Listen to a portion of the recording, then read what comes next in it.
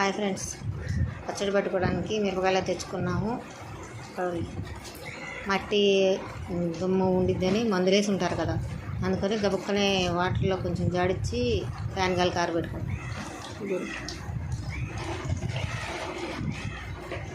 ఇవి ఆరాక తొడియాలు తీసి పచ్చడి దక్కాలి ఫ్రెండ్స్.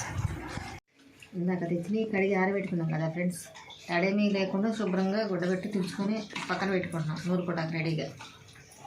ఫ్రెండ్స్, కట్టు మీద 1 కిలో ఎక్కువ ఉన్నాయి పండుమిరపకాయలు. అయితే వాటికి ఒక తవిడ ఉప్పు, మెంతులు ఒక 150 గ్రాములు, చిన్నులపాయలు ఒక 1/4 కిలో, అల్లము, చింతపొడి 1 కేజీ బావు, ఆవును ఇవన్నీ తెచ్చుకున్నప్పుడు రెడీ అయిపోయాను ఇంకా నూరుకోవడానికి, పచ్చడి రుబ్బుకోవడానికి.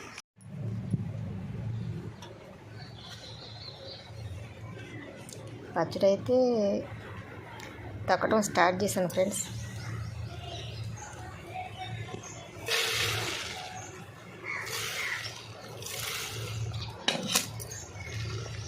ఉప్పు వేసుకొని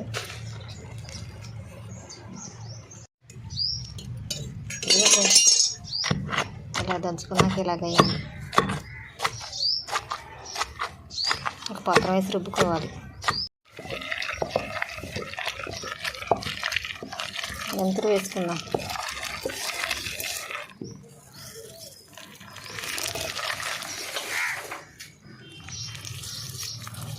చిన్నపాయ గర్భాలు,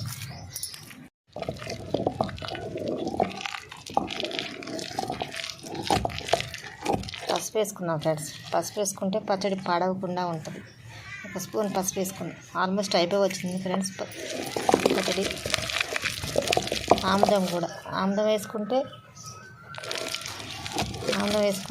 పచ్చడి కలరు మారకుండా మంచి రంగు ఉంటుంది. సంవత్సరం పాటు నిల్వ ఉండాలి కదా.